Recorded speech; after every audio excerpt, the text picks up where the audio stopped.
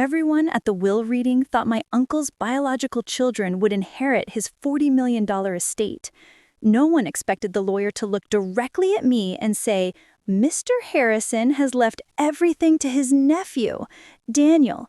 The biological children get nothing." I was 13 when my parents dropped me off at my Uncle Richard's mansion with 2 garbage bags of clothes and never came back. No explanation, no goodbye, just, "Richard will take care of you now. We can't anymore." My mother, Richard's younger sister, was a drug addict. My father was in and out of jail. I was the burden they couldn't afford. Uncle Richard opened his door that day, looked at me standing there with my garbage bags, and said, "Come on in, kid. Let's get you settled." I lived with him for 15 years. He raised me, put me through private school, paid for MIT, taught me about business, integrity, and what it means to show up for people. He never made me feel like a charity case. He made me feel like family. His biological children, my cousins Amanda, 35, and Trevor, 32, never lived with him. They were from his first marriage, lived with their mother, visited occasionally, always asking for money. I was the one who had dinner with him every night. I was the one who drove him to chemotherapy when he got sick. I was the one who sat by his hospital bed when he was dying. And I was the one he left everything to. Before I tell you what happened when his children found out, let me ask, if someone took you in when you had nothing, raised you, loved you like their own, and then left you their fortune over their biological children who only showed up when they wanted something, would you feel guilty or would you honor their wishes? Drop a comment, because what happened at that will reading changed everything. My name is Daniel, and my childhood was a nightmare until the day my Uncle Richard saved me. My parents were addicts. My earliest memories are of empty refrigerators, eviction notices, strange people in our apartment at all hours, my mother passed out on the couch, my father gone for weeks at a time. School was my refuge. I was smart. Teachers said gifted, but I was also the kid with dirty clothes and free lunch who fell asleep in class because I'd been woken up by police raids at 3 a.m. Child services came twice. Both times my parents cleaned up just enough to keep me. But by 13, they were done pretending. "We're taking you to your uncle's house," my mother said one morning. "Pack your stuff." I packed everything I owned into 2 garbage bags. We drove 3 hours to a neighborhood I'd only seen in movies. Mansions, gates, perfect lawns. My uncle's house was the biggest on the block. Richard Harrison was my mother's older brother, self-made millionaire, built a tech company from nothing in the 90s, sold it for $50 million, invested wisely, grew it to $80 million by 2008. I'd met him maybe 3 times in my life. Christmas visits, birthday cards with checks my parents probably cashed. He opened the door that day, looked at me, looked at my mother. "What's going on, Diane?" She said, "I can't do this anymore, Richard. He's too much. You have money. You can take care of him." He said, "You're abandoning your son?" She said, "I'm giving him a better life with you." She left, didn't hug me, didn't say goodbye, just drove away. Uncle Richard stood there for a moment, then looked at me. He said, "You hungry, kid?" I nodded. He said, "Come on in, let's get you some food, then we'll figure this out." That night, he set me up in a guest room that was bigger than our entire apartment. He said, "This is your room now, for as long as you need it." I asked, "Am I staying permanently?" He asked, "Do you want to?" I didn't know how to answer. I was 13, abandoned, terrified. I said, "Yes." He said, "Then you're staying. You're family, and family takes care of family." Uncle Richard didn't just give me a room. He gave me a life. Year 1, age 13 to 14, enrolled me in private school, got me a tutor for subjects I'd fallen behind in, Took me to therapy. I had trauma, anxiety, abandonment issues. Bought me new clothes, books, everything I needed. Had dinner with me every night. Asked about my day. Year 2 through 4, age 14 to 17.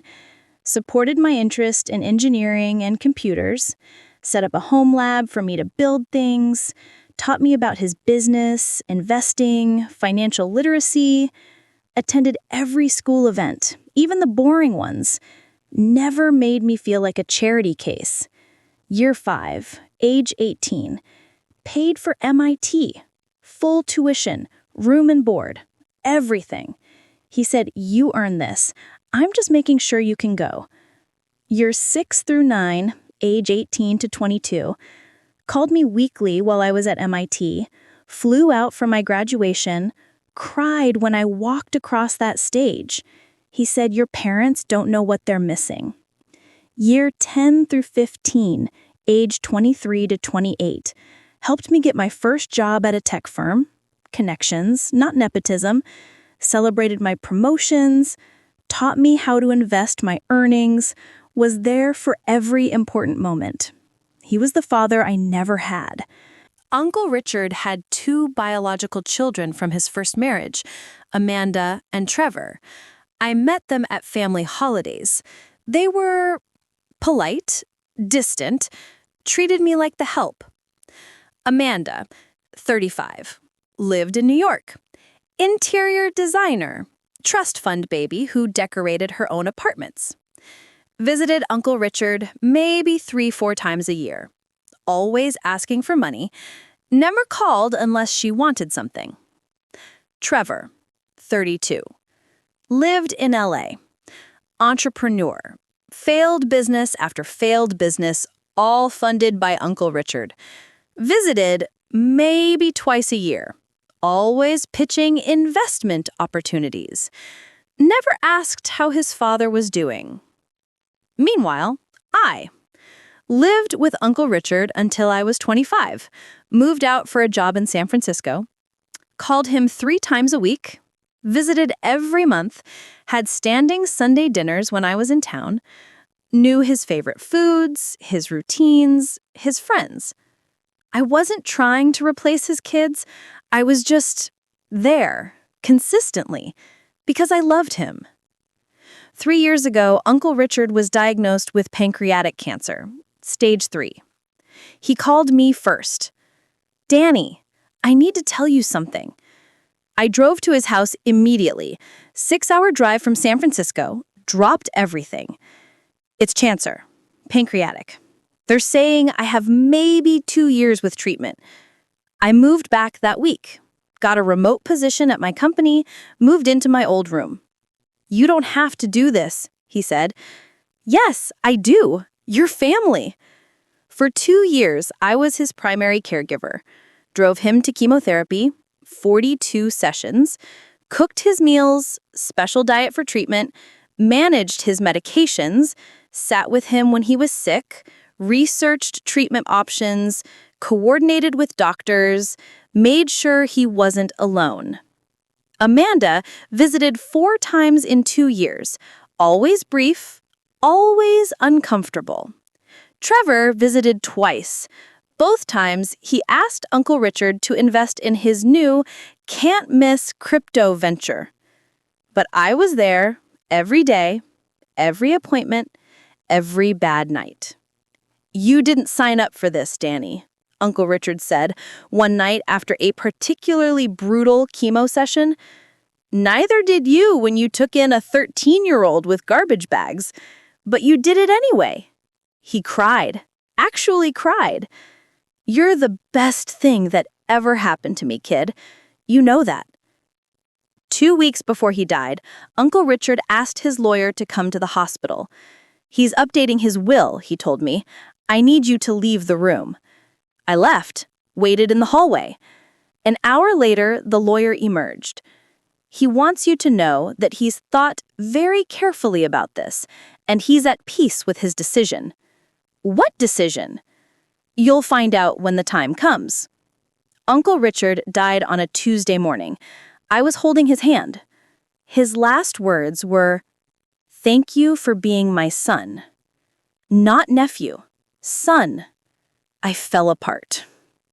The funeral was massive. 300 plus people, business associates, friends, former employees, distant relatives. Amanda and Trevor were there, playing the grieving children, hugging people, accepting condolences. I stood in the back, didn't want attention, just wanted to say goodbye to the man who'd saved my life. After the service, Amanda approached me. "Daniel, I know this has been hard on you, but you should know Trevor and I will need to discuss the estate and the house. We'll want to sell it quickly, just so you have time to find somewhere else to live." I stared at her. "You're kicking me out?" "It's not personal, but the house belongs to the family now. We'll give you time to pack, of course." She walked away before I could respond. 1 week after the funeral, the lawyer's office. Present, Amanda, Trevor, their mother, Uncle Richard's ex-wife, me, and the lawyer, James Mitchell. James opened the folder. This is the last will and testament of Richard James Harrison, updated 2 weeks before his death. He read the preliminaries, then got to the assets. The estate consists of primary residence in Atherton, California, valued at $8.5 million, investment portfolio, $28 million, cash and liquid assets, $3.5 million. Total estate value, approximately $40 million.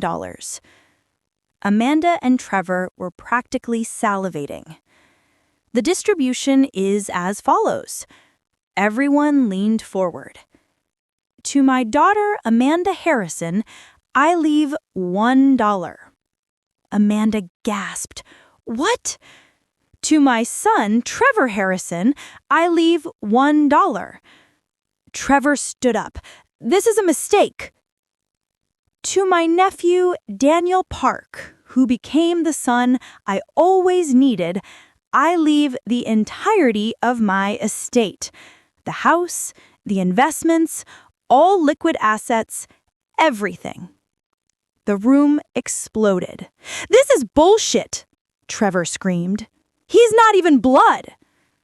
"He was more family to your father than you were," James said coldly. "Richard was very clear about this." "We're contesting the will," Amanda said. "This is elder abuse, manipulation. Daniel obviously influenced him." "Your father was of sound mind. He recorded a video statement explaining his reasoning. Would you like to see it?" Silence. I'll take that as a yes. James played the video. Uncle Richard in his hospital bed 2 weeks before he died. "If you're watching this, I've passed, and my children are probably very angry right now. Amanda, Trevor, I love you. I always will. You're my blood. But you were never here. You visited a handful of times a year. You called when you needed money. You asked for investments, loans, handouts. You never asked how I was doing. You never stayed long enough to have a real conversation. When I got sick, you visited 4 times in 2 years, Amanda. Trevor, you came twice. Both times you pitched crypto schemes. Danny moved home, gave up his life in San Francisco, drove me to 42 chemotherapy sessions, cooked my meals, managed my medications, sat with me when I was dying. He didn't do it for money. He didn't even know he was in the will. He did it because he loves me.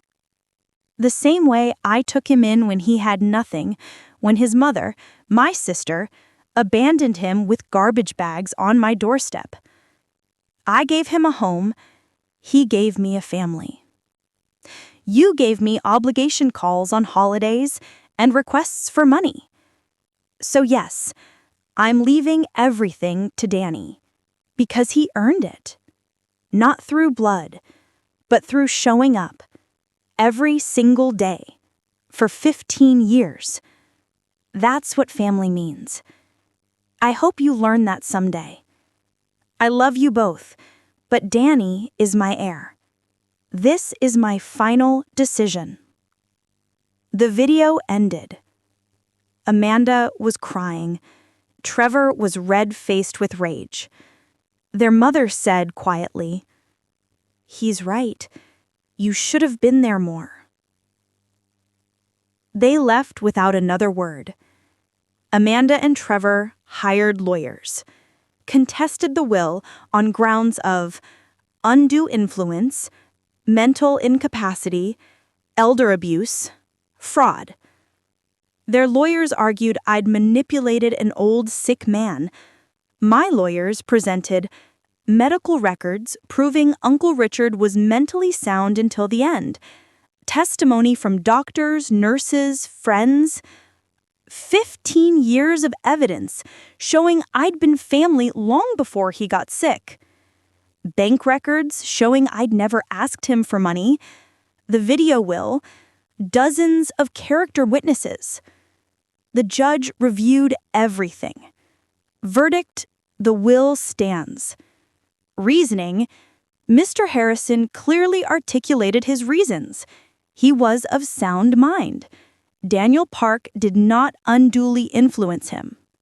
A parent has the right to leave their estate to whomever they choose, regardless of blood relation. Mr. Harrison chose the person who acted like family. Their lawyers contested the will on grounds of undue influence, mental incapacity, elder abuse, fraud. Their lawyers argued I'd manipulated an old, sick man. My lawyers presented medical records proving Uncle Richard was mentally sound until the end, testimony from doctors, nurses, friends, 15 years of evidence showing I'd been family long before he got sick, bank records showing I'd never asked him for money, the video will, dozens of character witnesses. The judge reviewed everything. Verdict: the will stands. Reasoning: Mr. Harrison clearly articulated his reasons. He was of sound mind. Daniel Park did not unduly influence him. A parent has the right to leave their estate to whomever they choose, regardless of blood relation. Mr. Harrison chose the person who acted like family. Amanda and Trevor's contest was dismissed with prejudice. They were ordered to pay my legal fees, $150,000. My life now. The house. I still live in Uncle Richard's house, my house now. I've kept it exactly as he left it. His study, his library, his favorite chair. The money. The $40 million has grown to $52 million through investments. I've established the Richard Harrison Foundation, a nonprofit that helps foster youth and children from unstable homes get education, therapy, and support. We've helped 200 kids so far.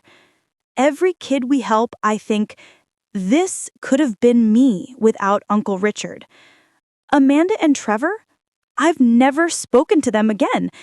They've tried reaching out now that they've blown through their trust funds and need money. I don't respond. My mother? She found out about the inheritance, called me for the first time in 15 years, asked me for money. I told her I'd give her exactly what she gave me when I was 13. Nothing. Hung up. Never spoke again. My life. I quit my tech job, run the foundation full-time. I'm dating someone wonderful, building a life I'm proud of. Every decision I make, I ask, would Uncle Richard be proud? Usually, the answer is yes.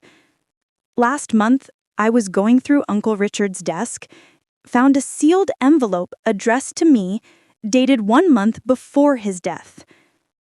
Dear Danny, if you're reading this, I'm gone. And you probably just sat through a very uncomfortable will reading. My children are probably angry. Maybe they feel betrayed. Maybe they think I was cruel. But I want you to understand something. I didn't leave you everything to punish them. I left you everything because you earned it. Not through blood, not through obligation, but through love. You chose to be my son every single day for 15 years. When your mother abandoned you, I took you in because you were family, but you became family because you showed up, because you cared, because you made me laugh at dinner, because you asked about my day, because you drove me to chemo without complaining, because you stayed. Amanda and Trevor are my blood, but you are my family. Don't feel guilty about the money. Don't let anyone make you feel like you stole something. You didn't. You earned it. Not through manipulation, but through showing up every day for 15 years. Through being there when no one else was. Through loving him when he needed it most. Uncle Richard took in a 13-year-old with garbage bags and gave him everything. I took in a dying man with cancer and gave him family. He left me $40 million, but that's not what he really gave me. He gave me a father, a home, an education, self-worth, a future. Proof that family is who shows up. The money is just a tool.